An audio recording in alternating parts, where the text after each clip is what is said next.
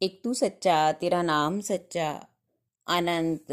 पृष्ठ 481। सतपुरुष बाबा फुलसंदे वाले कहते हैं, हे परमेश्वर, मेरी आत्मा तुझ में लीन होके पूरी तरह तृप्त हो जावेगी। तेरे दर्शनों की आभा से मेरे प्राण उन्मत्त हो जाएंगे। तेरे धाम में दिव्य देवदूतों के संग मैं तेरा दर्शन करूंगा। एक बार काशी के कुछ विद्वान ब्राह्मण और सन्यासी कैयट ऋषि से मिलने के लिए गए और देखा कि उनके पास इतना भी अन्न नहीं कि वे अतिथियों की सही तरह से सेवा कर सकें। तब उन ब्राह्मणों ने कश्मीर नरेश से जाकर कहा कि हे राजा, तुम्हारे राज्य में तत्वदर्शी ऋषियों को पेट भरने लायक भी अन्न उपलब्ध नहीं है। तुम्हें अपने कर्तव्य के विषय में कुछ विचार करना चाहिए। राजा ने कहा, हे ब्राह्मणों, तुम्हारा कहना सर्वथा उचित है।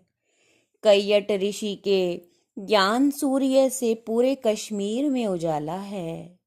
मैं जब उनके दर्शनों के लिए जाता हूँ तो बहुत दूर ही अपना रथ और पादुकाएं छोड़ देता हूँ।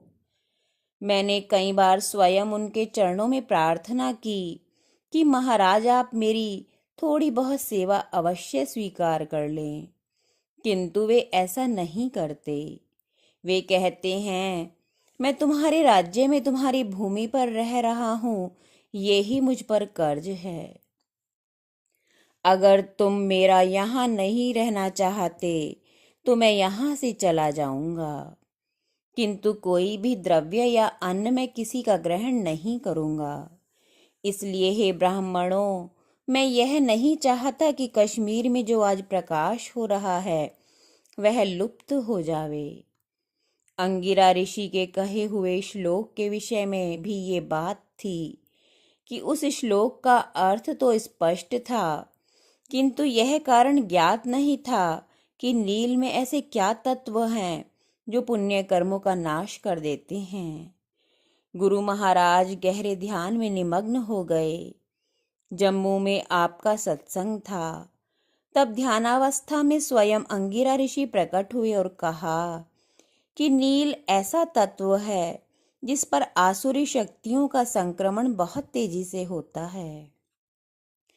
जैसे विद्युत का संक्रमण लोहे या अन्य धातु पर एकदम हो जाता है, और विद्युत के जो कुचालक होते हैं जैसे लकड़ी या चीनी मिट्टी आदि, जिन पर विद्युत का असर नहीं होता, इसी प्रकार ही सत्पुरुष, तुम्हें ध्यान होगा कि प्राचीन काल में एक बार बहुत से ऋषि और ब्राह्मण पितामह ब्रह्मा के पास गए थे।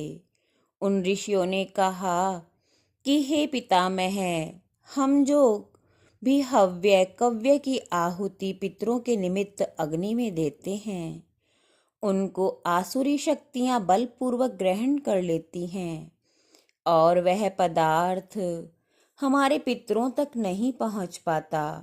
हम कौन सा उपाय करें जिससे उस द्रव्य को असुरों से बचाया जा सके। तब जगत पिता ब्रह्मा ने कहा, हे ब्राह्मणों, तुम उन पदार्थों में पितरगणों के लिए काले तिल और देवताओं के लिए सफेद तिल मिला लिया करो। उन तिलों के कारण आसुरी शक्तियां तुरंत ही वहां से भाग जाएंगी। अतः हे सत्पुरुष, पदार्थों में से अलग अलग प्रकार की तरंगे निकलती हैं।